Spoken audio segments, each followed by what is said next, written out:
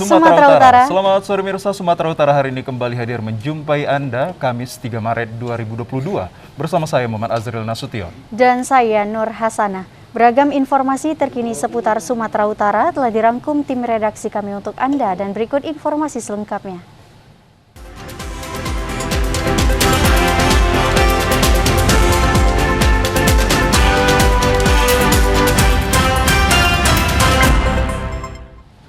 Pemirsa, warga lingkungan 16 Kelurahan Kampung Baru, Kecamatan Medan Maimun membersihkan rumahnya pasca dilanda banjir. Warga yang terdampak banjir ini ketika Sungai Deli meluap mengungsi di rumah warga dan masjid yang ada di sekitarnya. Pasca banjir meluapnya aliran Sungai Deli beberapa hari lalu, saat ini warga yang terdampak banjir disibukkan dengan membersihkan rumah-rumah mereka. Barang-barang dan perabotan serta pakaian yang tidak sempat diselamatkan yang terendam banjir dijemur oleh warga. Bahkan di antara warga masih banyak yang mengeringkan air yang masih menggenangi rumah mereka karena baru kembali ke rumah dari tempat pengungsian. Demikian halnya lingkungan rumah warga banyak menyisakan genangan air karena tidak ada drainase yang terhubung dengan aliran Sungai Deli. Selain itu, lumpur yang cukup tebal juga menerpa pemukiman warga dan lingkungan sehingga ruas jalan yang tergolong sempit sangat licin. Warga masih trauma dan khawatir karena kondisi cuaca saat ini selalu mendung sehingga sangat mengganggu aktivitas para warga. Salah seorang warga, Liza, menyatakan pasca banjir mereka sangat mengharapkan bantuan dari pemerintah Kota Medan maupun sumbangan dari berbagai pihak untuk meringankan beban hidup yang dialami mereka saat ini. Menurut Liza, yang sangat ini dibutuhkan warga adalah perbaikan aliran sungai dan bahan makanan serta kebutuhan sandang lainnya.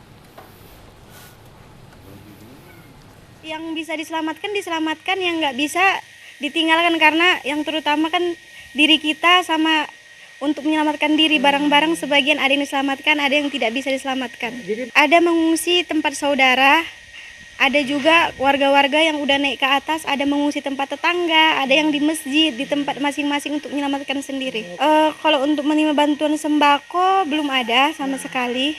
Cuman kemarin pas udah hari pertama bersihkan, mungkin ada seorang yang ikut anggota, mungkin bagian anggota dewan memberikan susu untuk anak-anak. Sementara itu, Liza mengatakan ketika terjadi banjir terjadi berada di rumah.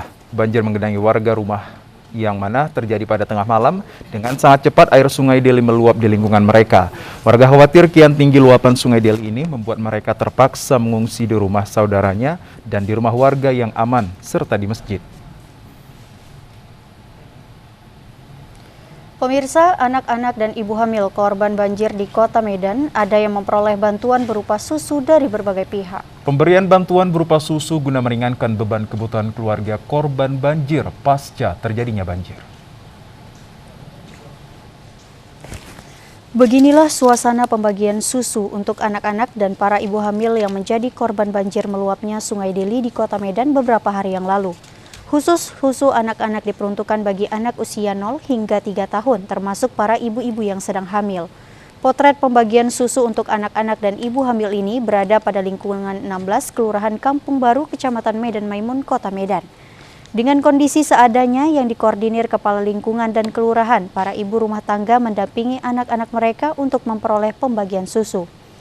Bagi anak-anak dan ibu hamil yang sudah memperoleh bantuan susu, langsung disarankan pulang ke rumah sesuai dengan peraturan protokol kesehatan COVID-19. Pembagian susu ini juga bekerja sama dengan Dinas Kesehatan Kota Medan, dihadiri Kabid Kesehatan Masyarakat Dr. Helena Rugun Nainggolan MKT dan Kepala Puskesmas Kampung Baru. Melalui bantuan susu bagi anak-anak dan ibu hamil ini diharapkan dapat mengurangi beban ekonomi keluarga pasca dilanda banjir akibat meluapnya Sungai Deli beberapa hari yang lalu. Puskesmas yang sudah bekerja sama dengan kami dan memberikan kesempatan kepada kami berbagi, khususnya juga Kepling yang langsung turun ke warga menghimbau untuk pengumpulan masyarakat yang membutuhkan. Kiranya bantuan ini bisa meringankan beban warga dan memberi semangat untuk warga. Pertama, kita sudah membuat posko juga di Marelan. Kebetulan dampak banjir yang terburuk karena sampai hari ini masih banyak rumah-rumah yang terendam. 2 hari semalam kita juga sudah turun di 5 kecamatan bersama Dinas Kesehatan bidang Promkes. Masyarakat kembali bersemangat dengan musibah banjir ini dan mereka boleh bekerja seperti sehari-hari biasanya. Sementara itu, Kepala Lingkungan 16 Kelurahan Kampung Baru, Hari Suhendra menyampaikan terima kasih kepada pihak yang telah memberikan bantuan kepada warga yang dilanda banjir pada wilayah lingkungannya. Hari Suhendra berharap agar berbagai pihak memberikan bantuan karena warga sangat membutuhkan terutama untuk kebutuhan sehari-hari. Semenjak pasca banjir terjadi pada tanggal 28 Februari 2022, terus terang belum banyak bantuan yang datang ke lingkungan saya. Hanya saja ada bantuan dari Kemensos berupa bahan pangan, matras, selimut. Kemudian ada juga bantuan dari kelurahan melalui PTP 4, yaitu bantuan sembako. Dan lingkungan saya sampai hari ini tanggal 2 Maret 2022 sebagian masih ada yang terendam banjir, Pak. Jadi mereka di sini masih membutuhkan bantuan-bantuan berupa pangan, selimut, matras karena rumah mereka masih terendam banjir sampai saat ini, Pak. Warga yang dilanda banjir di lingkungan ini sebanyak 200 kepala keluarga. Sampai saat ini ada 70 kepala keluarga rumahnya masih digenangi sisa-sisa banjir. Kita ke sorotan lainnya pemirsa, sebanyak 39 warga binaan di lembaga pemasyarakatan dan rumah tahanan di wilayah kantor wilayah Kemenkumham Sumatera Utara memperoleh remisi khusus pada Hari Raya Nyepi. Para warga binaan yang mendapat remisi mendapat potongan masa hukuman bervariasi mulai dari 15 hari hingga 2 bulan. Pelaksana tugas Kadip Pemasyarakatan Kanwil Kemenkumham Sumut RWD Supriyatno mengatakan remisi yang diberikan kepada 39 narapidana tersebut merupakan remisi khusus sebagian dan masing-masing warga binaan mendapat remisi bervariasi mulai dari 15 hari hingga 2 bulan. Dikatakan syarat memperoleh remisi khusus Hari Raya Nyepi yakni napi berkelakuan baik selama menjalani pidana sekurang-kurangnya 6 bulan. Untuk tindak pidana umum harus telah menjalani pidana minimal 6 bulan terhitung sejak tanggal penahanan. Untuk tindak pidana terkait PP nomor 28 tahun 2006, pasal 34 ayat 3 tetap harus menjalani masa pidana sepertiga masa pidana dan syarat-syarat sesuai dengan ketentuan. RWD juga menyebutkan hingga 2 Maret 2022 total penghuni lapas di Sumut mencapai 36.063 orang. Adapun rincian narapidana sejumlah 26.662 orang dan tahanan yang berjumlah 8.401 orang.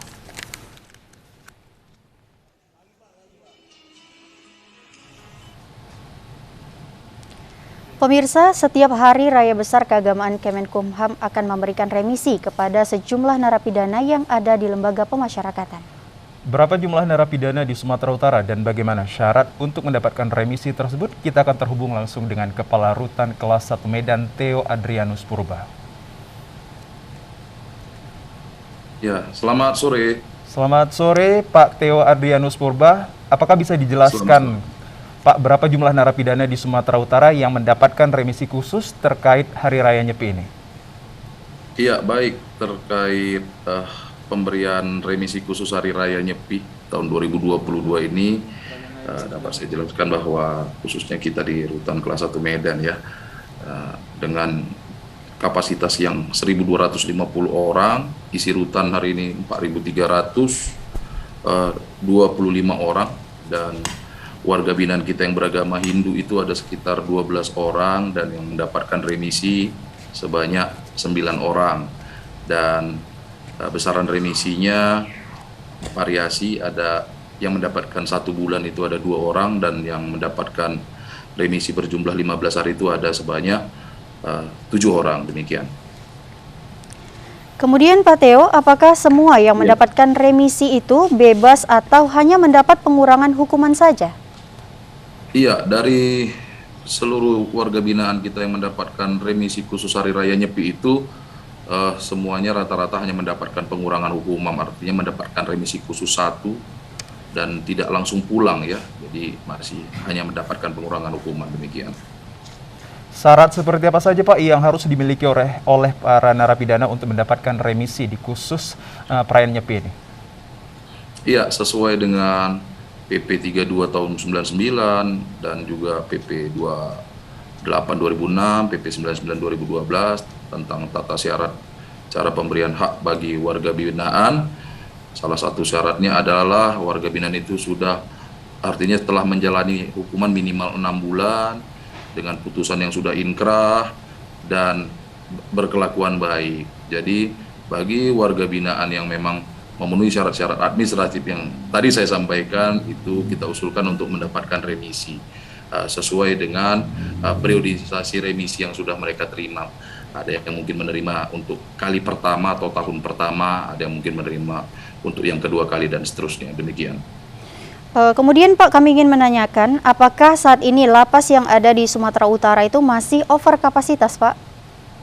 Ya, lapas rutan di Sumatera Utara ini rata-rata secara umum adalah dalam kondisi over kapasitas yang bervariasi mulai dari 100% hingga mungkin hampir mencapai 400%, sehingga memang kondisi di dalam lapas rutan itu sendiri bisa kita bayangkan ya, artinya contoh kita ambil di Rutan 1 Medan dengan kapasitas warga binaan yang harusnya idealnya itu hanya sebanyak 1.250 orang, ternyata harus diisi sampai 4.325 orang. Artinya kapasitas tempat tidur yang harusnya untuk 1.250 orang ini harus dibagi untuk 4.350.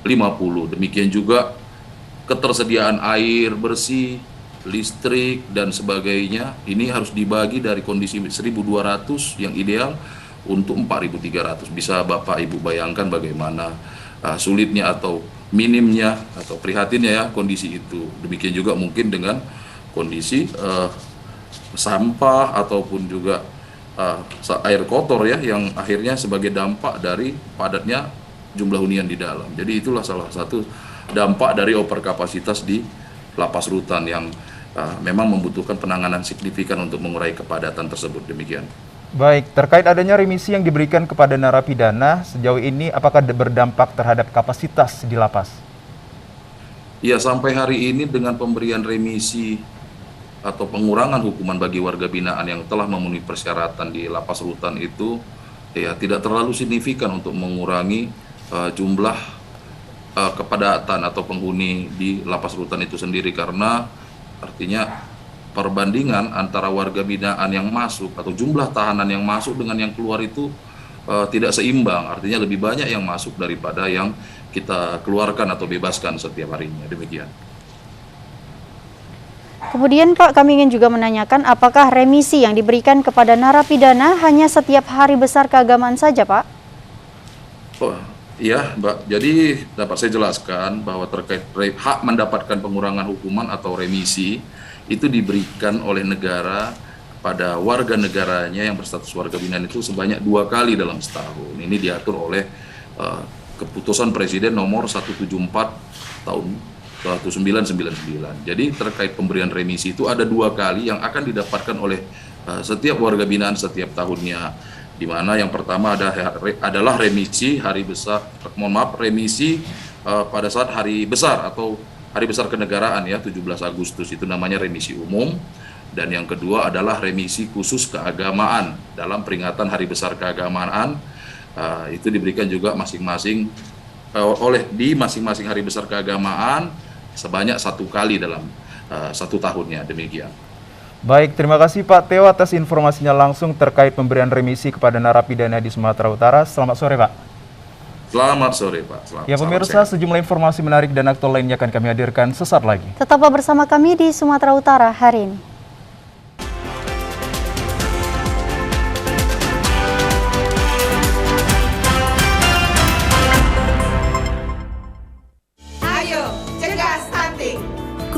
Bidan andalan Anda untuk merencanakan dan mengatur jarak kehamilan untuk tumbuh kembang buah hati yang optimal. Cegah stunting itu penting melalui perencanaan keluarga. Khawatir ber-KB? Tunda kehamilan dan raih cita-cita dengan andalan FA. Andalan laktasi untuk ibu menyusui. Ber-KB itu mudah. Andalan pilihan perempuan Indonesia.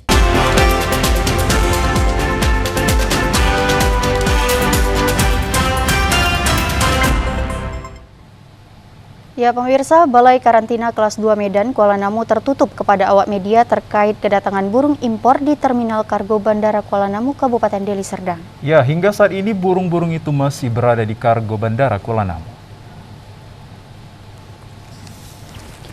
Terkait kedatangan burung impor milik seorang pengusaha di Sumatera Utara yang telah mencarter pesawat Lion Air Mentari melalui Bandara Kuala Namu.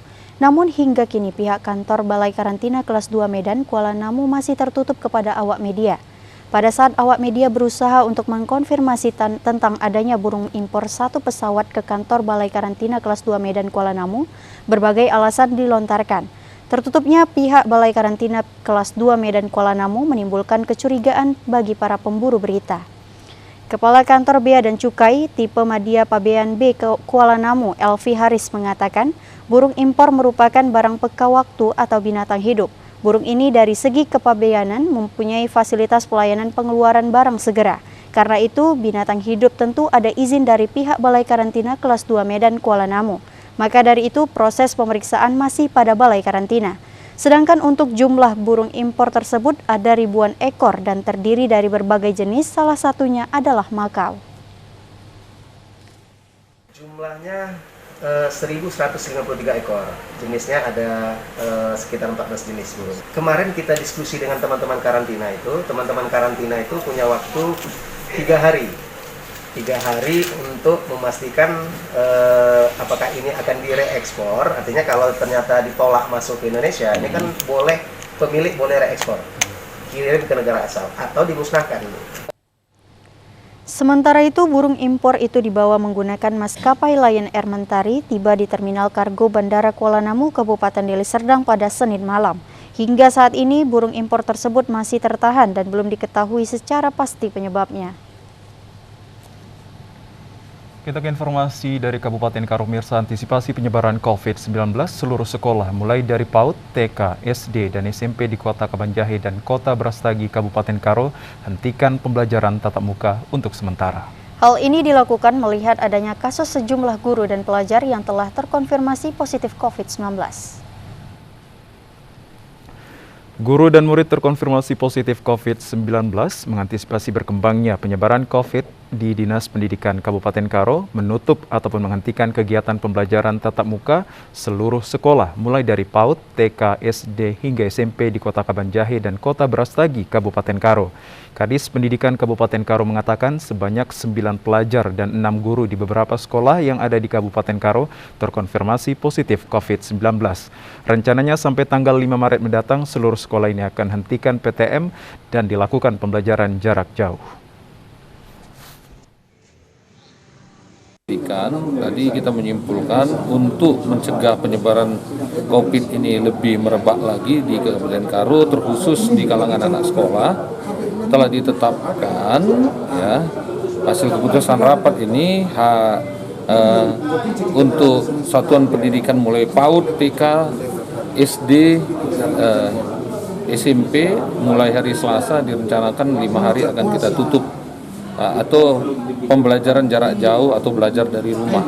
Ya, karena memang sudah ada keresahan dari pihak sekolah, orang tua, guru maupun siswa akan penyebaran COVID ini. Jadi daripada ragu-ragu, maka kita akan menganjurkan. Sementara itu, setelah tanggal 5 Maret 2022 akan ditinjau kembali pembelajaran jarak jauh berlanjut atau tidak melihat perkembangan kasus COVID-19 yang ada di Kabupaten Karo. Pemirsa, pelaksanaan vaksinasi massal dosis 3 lingkungan pemerintah Kabupaten Mandailing Natal masih sepi. Sekretaris daerah kecewa karena minimnya partisipasi aparatur sipil negara yang divaksin. Dalam rangka mempercepat pelaksanaan vaksinasi dosis 2 dan 3, pemerintah daerah Kabupaten Mandailing Natal menggelar vaksinasi massal untuk aparatur sipil negara atau ASN. Namun target sasaran hingga siang ini sangat minim partisipasi para ASN. Sebanyak 4 posko vaksin yang didirikan di Komplek Perkantoran Bupati Lama ini, baru belasan ASN yang mengikuti vaksin. Sekretaris Daerah Gozali Pulungan melakukan peninjauan ke lokasi vaksinasi kecewa karena minimnya partisipasi ASN yang mengikuti vaksin dosis ketiga. Gozali berharap kepada seluruh pimpinan SKPD agar menyuruh seluruh staf untuk mengikuti vaksin. Sepinya pelaksanaan vaksinasi massal ini juga karena ada kegiatan pelaksanaan musyawarah rencana pembangunan di tingkat kecamatan, sehingga banyak pegawai yang tugas di luar. Nah, kondisi kita sekarang masih sekitar 54% untuk tahap kedua. Nah, seharusnya kita sudah mencapai pada pertengahan atau sebelum UD Madinah ini kita upayakan sudah mencapai 60%. Kita sudah menghimbau melalui tablo, melalui WA, sudah kita himbau agar masing-masing kepala OPD mengarahkan para stafnya untuk datang ke sini. Pelaksanaan vaksinasi di Kabupaten Mandailing Natal harus terus digalakkan karena lebih dari 17.000 dosis vaksin 2 terancam kadaluarsa dalam seminggu ini.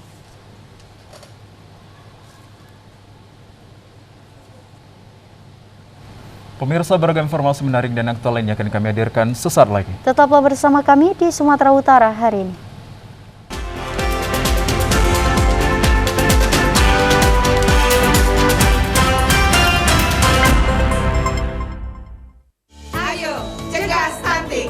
Kunjungi bidan andalan Anda untuk merencanakan dan mengatur jarak kehamilan untuk tumbuh kembang buah hati yang optimal.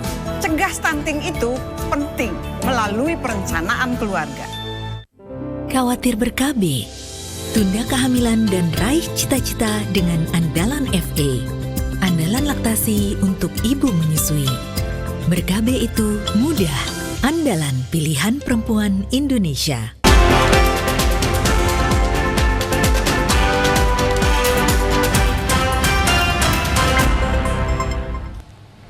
Pemirsa, di Pulau Samosir terdapat situs peninggalan sejarah makam Raja Sidabutar. Makam ini terbuat dari batu alam dan beberapa makam kerabat raja di sekitarnya. Keunikan situs sejarah ini, makam tidak tertanam di dalam tanah seperti makam umumnya, tetapi berada di atas permukaan tanah, makam atau kuburan batu yang berada di Desa Tomok, Kecamatan Simanindo, Pulau Samosir. Sebelum masuk ke lokasi makam, pengunjung diharuskan memakai kain ulos atau kain adat Batak Toba dan akan ditemani seorang pemandu wisata selama berada di situs tersebut sambil menceritakan sejarah raja-raja yang dikuburkan di area makam ini. Kepercayaan masyarakat Batak, kesaktian Raja Sidabutar terdapat pada rambut gimbalnya. Rambut tidak boleh dipotong. Di atas makam, Anda akan melihat bagaimana sebuah selendang dengan warna putih, merah, dan hitam. Ketiga warna menjadi simbol spiritual, putih warna surga kesucian, merah warna bumi ketenangan, hitam warna bawah tanah atau kematian. Ada 3 raja yang dimakamkan di komplek ini. Raja pertama dan kedua masih belum memeluk agama, tetapi menganut kepercayaan animisme yang dikenal dengan parmalin. Di dalam adat Batak Toba, animisme mempercayai kekuatan yang magik berupa kayu dan batu. Jadi kayu diberdayakan menjadi rumah dan meninggal si pemilik rumah dikubur di makam batu. Karakter Raja Batak sebelum meninggal telah membuat kuburan dan tidak pernah jauh dari rumah hidup dengan rumah matinya. Pertama kali makam ini dibuka, makam sempat tertimbun tanah dengan upacara adat selama 2 minggu dipestakan dengan memotong kuda dan kerbau. Raja ketiga bernama Solompoan Sidabutar sudah beragama Kristen setelah kedatangan seorang misionaris dari Eropa yang bernama Nommensen. Ludwig Ingwer Nommensen, 6 Februari 1834 sampai 23 Mei 1918. Bila diperhatikan, salah satu bangunan makam akan terlihat ornamen 2 ekor cicak menghadap ke 4 buah payudara. Arti dari ornamen cicak merupakan lambang bahwa orang Batak harus bisa hidup seperti cicak, mudah beradaptasi dan tidak menempel di mana-mana. Sementara ornamen 4 payudara merupakan simbol orang Batak harus memiliki banyak anak dan mempunyai istri yang tomok atau subur. Ya, kalau tidak lantaran corona, ini adalah kunjungan mancanegara. Tetapi oleh karena corona, hubungan keluar sudah diputus pemerintah kita, maka mereka belum datang. Yang datang sekarang adalah orang-orang Indonesia. Orang Eropa maka dia datang ke sini, sebab mereka tahu bahwa orang Batak itu tak pernah menuliskan bagaimana dia. Tetapi orang Batak itu selalu meninggalkan simbol-simbol dan tanda-tanda. Itu yang dibaca orang Eropa. Kita ke informasi terkait pariwisata. Pemirsa, Pasar Tomok adalah salah satu lokasi penjualan souvenir terbesar di Desa Tomok, Kecamatan Simanindo, Kabupaten Samosir. Pasar tradisional Tomok ini salah satu tujuan wisata favorit di Kabupaten Samosir. Tak heran selalu ramai dikunjungi oleh para wisatawan yang datang ke Pulau Samosir. Sebagai pusat pariwisata di Samosir, pasar tradisional Tomok menyediakan berbagai produk UMKM setempat seperti cenderamata, antara lain berupa souvenir, ukiran, patung, selendang, kaos oblong, baju tidur, serta buah-buahan hasil pertanian setempat. Juga ikan tawar yang telah dikeringkan semuanya dipasarkan di sini. Harga yang dipatok masih dapat dijangkau di mana untuk souvenir dijual dari harga Rp5.000 hingga harga puluhan juta rupiah. Pakaian seperti selendang, kaos oblong, dan juga baju tidur mulai dari harga Rp40.000 hingga ratusan ribu rupiah. Produk souvenir seperti ukiran dan patung yang dijual di pasar tradisional ini asli dibuat dari para pengrajin setempat. Untuk bahan ukiran atau patung terbuat dari kayu lokal, namun untuk cenderamata pernak-pernik sebagian bahannya didatangkan dari luar daerah. Salah seorang pengrajin, Henry Simajuntak, menyebutkan selama pandemi COVID-19 ini, para wisatawan yang datang sangat jauh berkurang jika dibandingkan dengan keadaan normal. Pasar tradisional Tomok ini sempat ditutup dikarenakan lockdown yang diterapkan oleh pemerintah Kabupaten Samosir. Namun setelah digantikan dengan PPKM, pasar tradisional ini perlahan kembali dikunjungi oleh para wisatawan.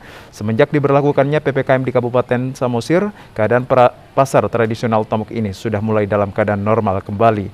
Heri juga berharap semoga pandemi COVID-19 ini segera berlalu sehingga geliat pariwisata kembali bangkit.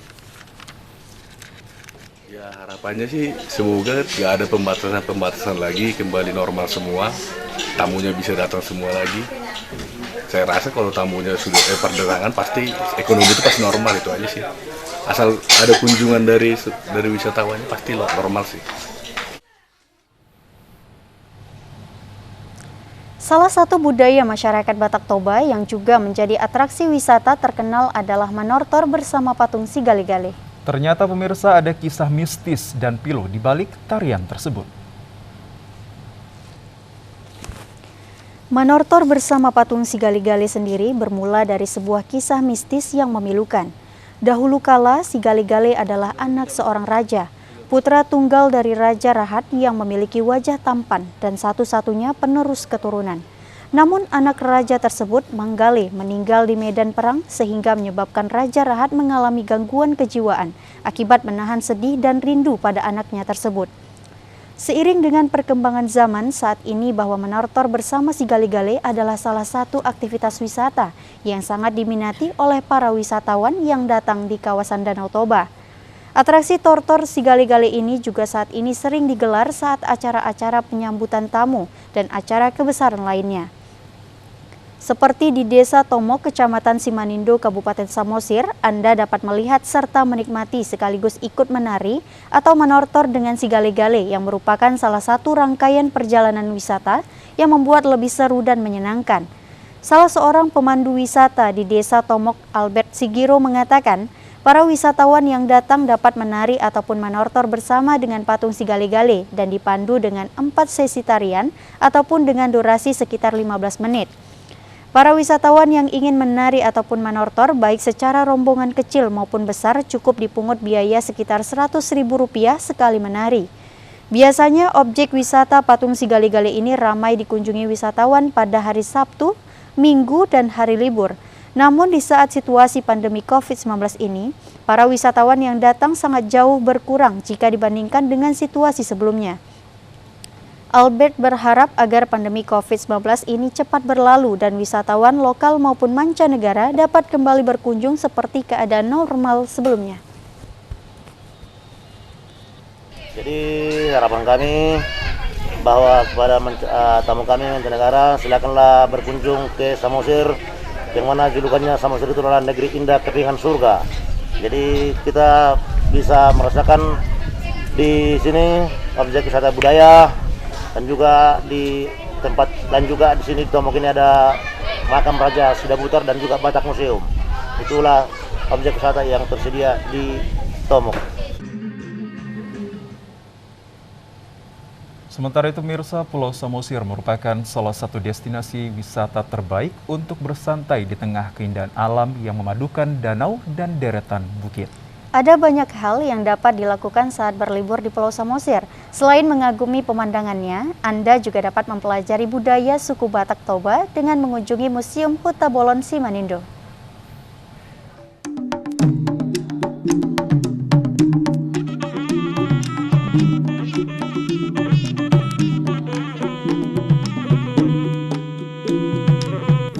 Huta Bolon Simanindo terletak di sisi utara Pulau Samosir atau lebih tepatnya di Jalan Pelabuhan Simanindo, Desa Simanindo Sangkal. Dari dermaga Tombok, museum ini dapat dicapai dengan berkendara menggunakan sepeda motor atau mobil dengan jarak tempuh sekitar 30 menit.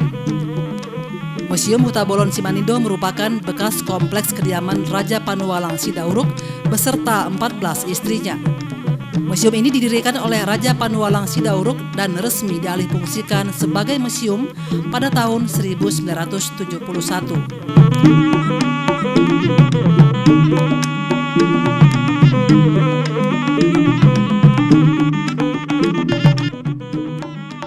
Saat memasuki Museum Huta Bolon Simanindo, kita akan dibawa ke masa lampau. Koleksi barang-barang kuno yang bersejarah serta bernilai adat tinggi milik etnis Batak Toba cukup lengkap dan terpelihara dengan baik di museum ini.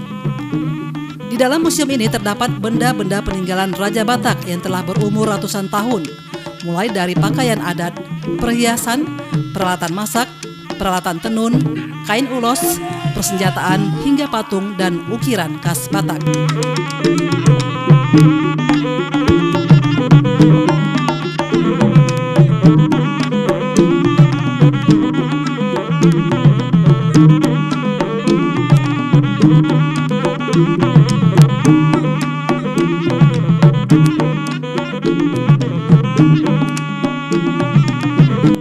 Museum ini sudah dijadikan cagar budaya dan pernah dikunjungi oleh Ratu Juliana dan Raja Benhard dari Belanda pada 8 Juni 1982.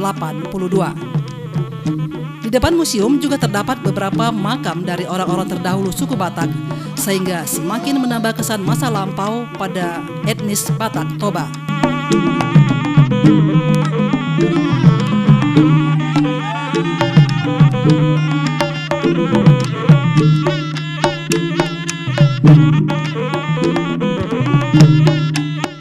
Setelah puas menjelajah museum, di samping halaman dari Museum Huta Bolon terdapat pintu gerbang yang terbuat dari batu, dan di dalamnya terdapat replika kampung tradisional orang Batak atau bahasa setempat disebut dengan Huta Bolon. Dengan rumah-rumah yang tampak berjejer di kanan dan kiri, jika diamati atap rumah tersebut tampak khas dengan bentuk yang melengkung. Di rumah adat keluarga Raja Sidauruk yang asli, atap tersebut dihiasi dengan 10 tanduk kerbau yang melambangkan 10 generasi kerajaan tersebut.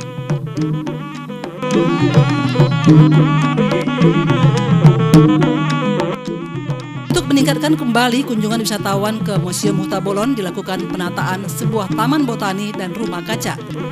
Rumah kaca yang berada di belakang Museum Huta Bolon ini sama seperti rumah kaca biasa, bergaya arsitektur kolonial, berlapis tembok kokoh, serta dilengkapi dengan kaca. Fungsi awal rumah kaca adalah rumah pribadi keturunan keluarga Sidauruk sebelum berubah menjadi tempat berkumpul bagi warga setempat.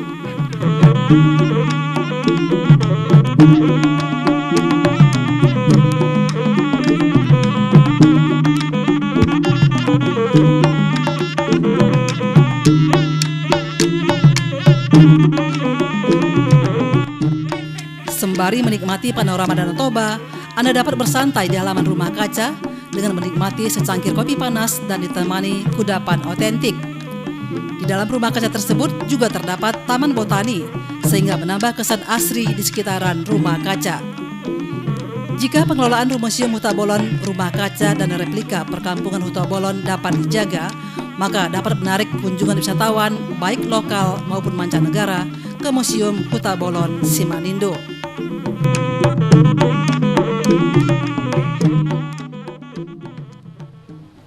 Pemirsa, sejumlah informasi menarik dan aktual lainnya akan kami hadirkan usai jeda pariwara berikut ini. Tetaplah bersama kami di Sumatera Utara hari ini.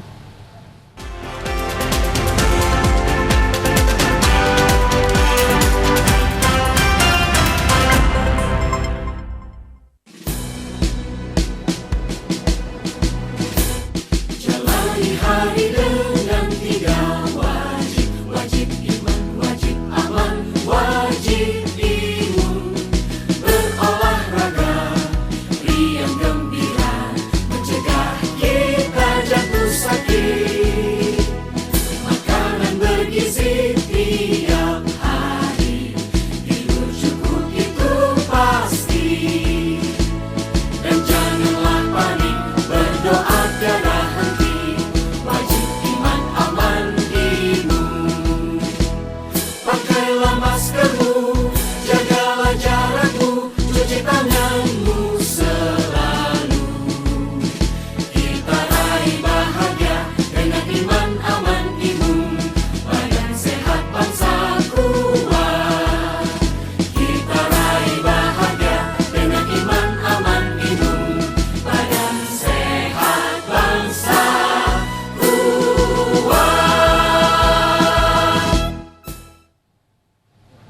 Terima kasih Mirsa, Anda masih bersama kami. Tokoh agama gereja Batak Karo Kristen Protestan GBKP Christmas Imanta Baru siap mendukung kelestarian lingkungan dengan ekoenzim.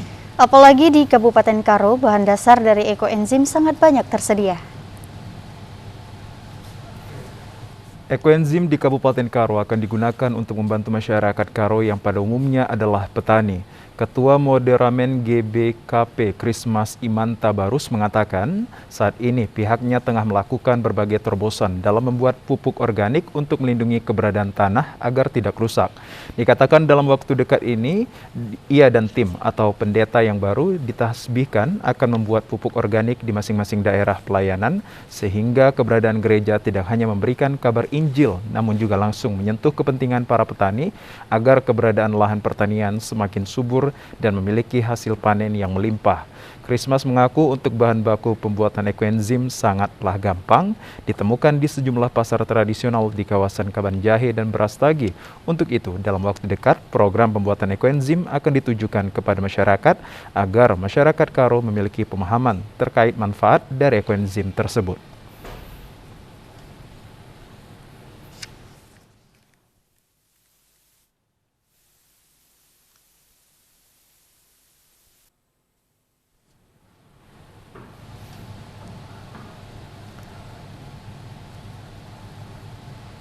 Gereja selalu siap mendukung program pemerintah demi mewujudkan kelestarian lingkungan yang sehat dan berdampak positif terhadap masyarakat. Pemirsa, objek wisata pemandian Sampuran Sibodat tepatnya berada di Desa Sibongbong, Kecamatan Angkola Selatan, Kabupaten Tapanuli Selatan, menjadi tempat wisata yang cukup diminati warga setempat dan luar daerah. Ya, selain suasana alam yang asri dan tarif masuk ke tempat wisata ini juga relatif murah, hanya Rp3.000 untuk satu orang pengunjung. Suasana wisata alam nan asri dan sejuk menjadi tempat yang menyenangkan untuk rekreasi keluarga. Seperti di pemandian Sampuran Sibodat ini, airnya yang jernih dan suasana alami membuat siapa saja tertarik untuk mengunjungi tempat ini. Pemandian Sampuran Sibodat ini merupakan bendungan yang konon ceritanya, bendungan tersebut dibangun pada zaman Belanda dengan tujuan untuk pengaliran air ke irigasi lahan persawahan warga. Menurut cerita warga, nama Sampuran Sibodat ini disebut karena dulunya lahan sepanjang sungai ini merupakan perkebunan karet. Dan banyak monyet bermain di pohon-pohon khususnya di lokasi pemandian ini. Destinasi wisata yang masih alami ini kental sekali dengan suasana khas pegunungannya. Pepohonan yang rindang dengan udara yang sejuk membuat pengunjung ingin berlama-lama di tempat ini. Para pengunjung dapat mandi di dalam bendungan sambil berayun tali tambang yang terikat di pohon membuat pengunjung dapat beradu nyali di tempat ini. Selain itu, pengelola tempat ini juga membuat beberapa pondok dan tenda payung yang tepat berada di atas permukaan air membuat para pengunjung semakin betah sambil menikmati makanan dan minuman yang bisa dipesan di warung yang ada di lokasi ini. Biaya masuk ke tempat ini relatif murah, cukup dengan membayar Rp3.000 per orang. Pengunjung juga sudah mendapatkan air mineral dari petugas pintu masuk tempat wisata ini. Sedangkan untuk biaya parkir kendaraan hanya dikenakan Rp2.000. Sibodat ini nuansanya indah, panoramanya cantik. Air yang mengalir pun masih alami, bersih. Ada air terjun, ada anak-anak yang melepaskan kebahagiaan dengan hawanya sejuk. Pengelola Sampuran Sibodat Holi Susanti mengatakan lokasi pemandian Sampuran Sibodat ini berada di Desa Sibongbong, Kecamatan Angkola Selatan, Kabupaten Tapanuli Selatan. Dari pusat kota Padang Sidempuan menuju ke lokasi menempuh perjalanan sekitar 20 menit. Air terjun ini katanya banyak bodat yang arti berarti itu monyet. Jadi dari dulu namanya udah disebut dengan Sampuran Sibodat. Jadi pas waktu liburan ada yang dari Jakarta, dari Medan, juga dari Pekanbaru. Oh, kita nggak mahal-mahal. Sebenarnya kita tidak memungut uang masuk lah, karena kan 3.000 uang masuk udah di plus minuman botol. pokoknya ringan di kantong. Kalau udah masuk ke Sampurna Sibodat dijamin nggak bakalan bosan. Pemirsa, bagi Anda yang pecinta wisata sudah pasti mengisi liburan pada akhir pekan menjadi momentum yang tepat untuk berlibur dengan mengunjungi sejumlah tempat wisata yang ada di kawasan Anda. Berbagai destinasi wisata lokal saat ini menjadi alternatif bagi warga untuk mengisi masa liburan pada masa pandemi COVID-19. Destinasi wisata lokal menjadi primadona bagi para wisatawan untuk mengisi liburan pada akhir pekan di tengah pandemi COVID-19. Seperti halnya pada tempat wisata Sawah Lukis yang berada di Kelurahan Cengkeh Turi, Kecamatan Binjai Utara, Kota Binjai. Destinasi wisata ini menjadi incaran warga Kota Binjai maupun Kota Medan pada saat akhir pekan. Bagi pengunjung yang ingin masuk menikmati destinasi wisata ini, cukup membeli minuman, sudah dapat menikmati pemandangan hamparan sawah pada objek wisata Sawah Lukis. Objek tersebut menawarkan pemandangan sawah yang sejuk dan alami, ditambah lagi dengan gazebo beratap rumbai dan gradiasi warga tanaman padi yang indah. Lokasi wisata yang mengambil konsep sederhana ini selain mengembangkan geliat wisata lokal dengan nuansa alami juga dapat meningkatkan perekonomian warga masyarakat sekitar. Penerapan protokol kesehatan yang ketat juga diterapkan pada lokasi wisata Sawah Lukis karena ramainya para pengunjung. Beragam kegiatan dapat dilakukan di objek wisata Sawah Lukis ini, yakni mulai dari bersuah foto ria dan bermain ayunan serta menikmati pemandangan hamparan sawah. Para pengunjung kebanyakan datang bersama teman dan keluarga. Salah seorang pengunjung, Sudiro, mengatakan ia bersama keluarga sangatlah menikmati wisata Sawah Lukis ini karena keberadaannya jauh dari pusat kota sehingga membuat pikiran pengunjung segar kembali. Ia juga berharap kepada pemerintah Sumut agar terus mengembangkan destinasi wisata lokal karena sangat banyak potensi wisata yang dapat dimanfaatkan dan juga akan membantu para pelaku UMKM pada masa pandemi COVID-19. Saya baru pertama kali ke Sawah Lukis ini. Saya lihat Sawah Lukis ini sangat bagus.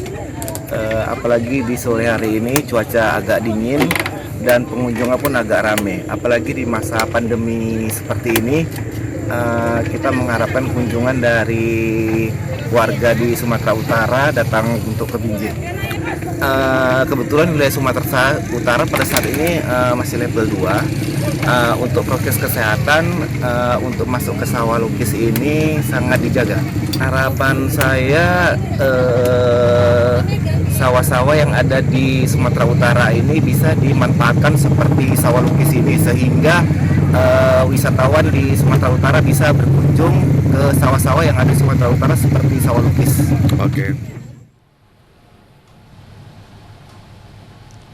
Pemirsa, Tanah Karo adalah salah satu sentra penghasil wortel dengan kualitas terbaik di Indonesia dan memiliki tingkat produktivitas yang tinggi. Kualitas wortel yang ada di Tanah Karo membuat wortel asal Tanah Karo tersebut menguasai pasar tradisional.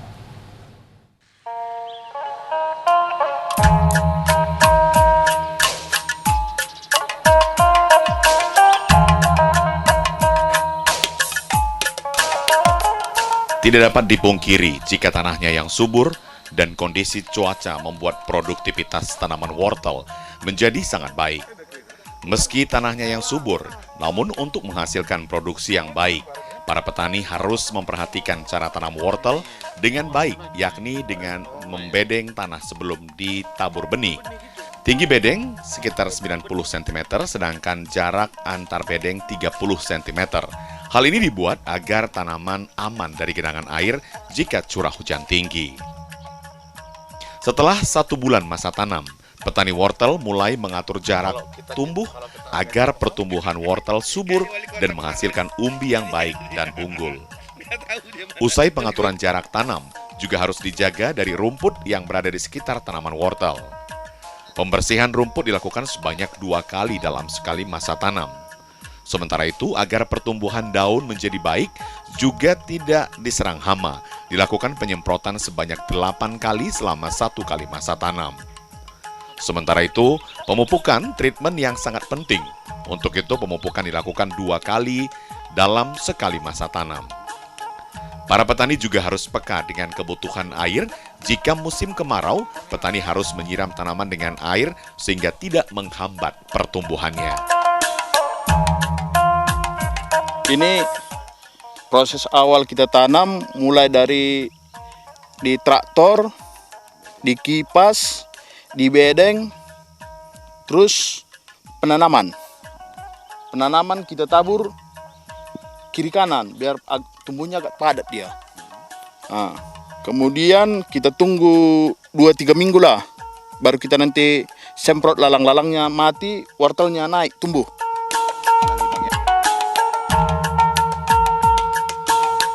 Setelah memasuki masa tanam 2 bulan, para petani biasanya hanya menunggu panen karena masa tanam hingga panen hanya membutuhkan waktu 90 hingga 100 hari. Wortel yang memiliki umbi yang baik biasanya 5-6 umbi sudah memiliki bobot 1 kg. Untuk 1 hektar lahan tanam dengan kualitas umbi wortel yang baik dapat mencapai produksi 25 ton. 1 hektar lahan tanaman wortel membutuhkan biaya mulai dari penanaman hingga panen berkisar 25 hingga 30 juta rupiah. Jika harga wortel pada musim tanam mencapai Rp4.000, petani bisa memperoleh keuntungan 100 juta. Jika dipotong dengan modal yang sudah dipakai, keuntungan bagi petani mencapai 70 juta rupiah. Dalam setahun dapat dilakukan 4 kali masa tanam. Biasanya pada 4 kali masa tanam, petani mendapatkan harga yang baik 2 kali, sedangkan 2 kalinya biasanya hanya kembali modal atau mendapat keuntungan 10 juta rupiah saja.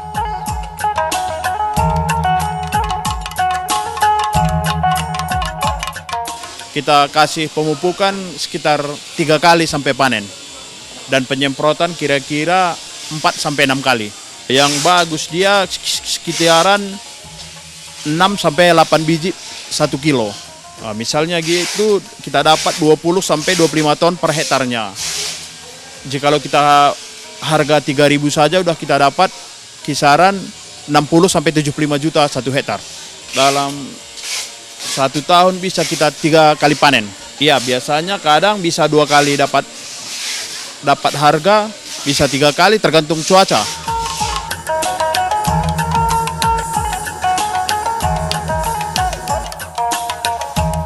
Tingginya permintaan dari luar kota membuat salah seorang pembudidaya mengepul wortel dari petani yang ada di Tanah Karo untuk dikirim ke sejumlah daerah yang ada di Indonesia. Agar sampai ke tangan konsumen tetap dalam kondisi segar, wortel yang dipanen tiba di pabrik terlebih dahulu dibersihkan dengan mesin pencuci, kemudian dikeringkan dengan kipas dan dilakukan penyortiran. Agar semua ukuran dapat digunakan, penyortiran dilakukan sesuai ukuran, yakni ukuran baby skala kecil, small di atas ukuran baby, medium lumayan besar, sedangkan ukuran large untuk ukuran yang paling besar atau jumbo.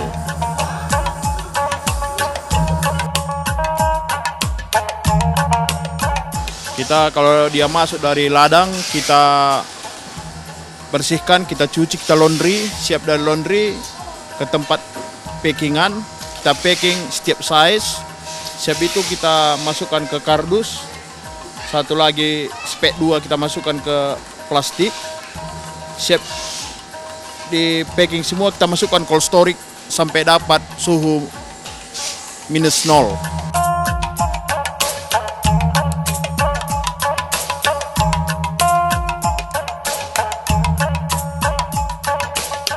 Setelah dikeringkan, wortel yang sudah disortir dimasukkan ke dalam kotak, di mana 1 kotaknya berisi 10 kg. Sebelum dikirim ke berbagai kota di Indonesia, wortel tersebut disimpan terlebih dahulu di ruangan pendingin. Dan sebelum dikirim keluar kota, pasca dikeluarkan dari ruangan pendingin, suhu wortel harus berada pada kisaran 0 sampai +2 derajat Celcius.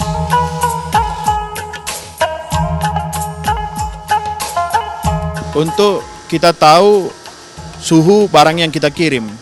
Karena kalau dikirim ke luar pulau harus di bawah +4 supaya barang aman, tidak busuk, segar sampai di tujuan.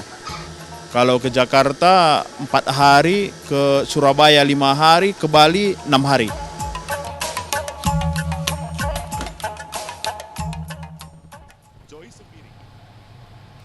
Ya pemirsa, informasi dari Tanah Karo tadi sekaligus mengakhiri jumpa kita dalam program Sumatera Utara hari ini. Kami ucapkan terima kasih atas kebersamaan dan perhatian Anda. Saya Muhammad Azril Nasution. Dan saya Nur Hasanah. Tetap patuhi protokol kesehatan pemirsa dengan memakai masker, menjaga jarak dan mencuci tangan di air yang mengalir. Indonesia pulih karena aku. Indonesia pulih karena kamu. Indonesia pulih karena kita. Selamat sore. Sampai jumpa.